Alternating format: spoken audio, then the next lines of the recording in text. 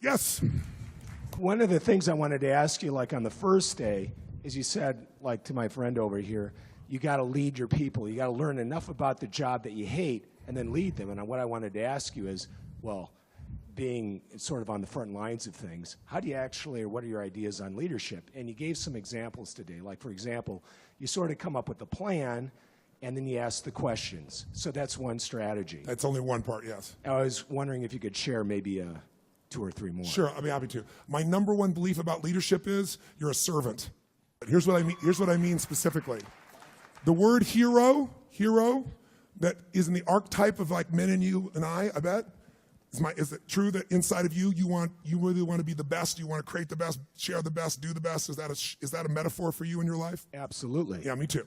So I think people in this room tend to have that as their metaphor. So all of us at some level, man or woman, wants to be a hero. The word hero in its Latin root means servo. Servo means servant.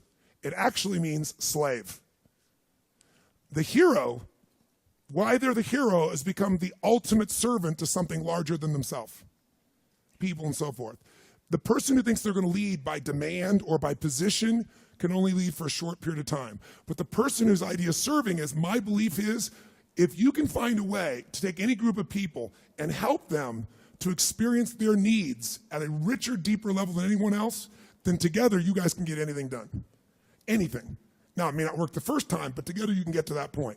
Because needs are ultimately what we're after. We're not after the vehicle we think we're after. You want $1 billion, then you get it. I got plenty of clients, and I will tell you, it is not the end game. And so then they go after their second billion. Or you think it's getting married, and then you get it, and you find out it's not the end game. There's certain needs that have to be there, and the ultimate needs are growing and giving. Because you only can feel so good filled up by yourself. So my core belief is, I got to serve. If I serve, I can lead. Because I believe motive does matter. If my motive is just to get you to do something for me, there's a certain amount of power that I can get to do that if I strategize, if I think, if I feel, and also if it serves a greater good, even if I don't intend it. If the bumblebee goes to try to get the nectar it wants, its selfish goal, I believe there's a higher power that guides it all. And when that bumblebee goes, it doesn't intend to give anything but pollen sticks to its legs.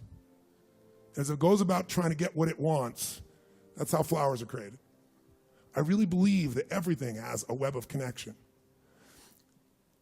If your intent is to serve yourself, you're still going to serve something more than yourself, and you're going to get a certain amount of insight. If your intent and your motive is to serve something, yourself, but also something more, just your kids, then I believe you get a different level of insight. And because you're serving more of what serves life. It's not just me. It's me and my family. If you're trying to serve a community, I believe you get a different level of insight. If you're trying to serve humanity, you get a different level of insight. I get emotional thinking about it because this is why I do what I do.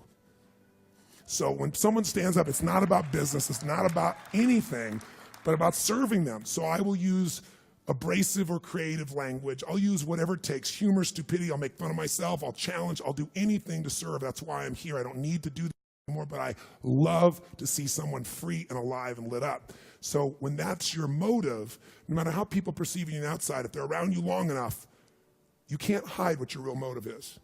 And they'll see it and they'll feel it.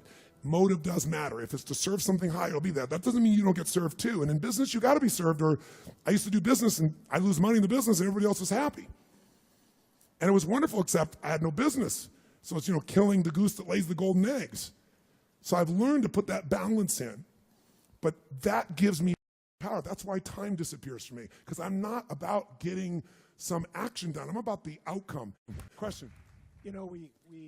We talked about, the economy being real rough going forward. But you've given so much of yourself, and I can see it, and the passion behind these people about teaching these really important business principles, that I'm confident that it's going to be a lot shorter to come out of this recession. Thank you so much. My honor. Thank you. Give him a hand.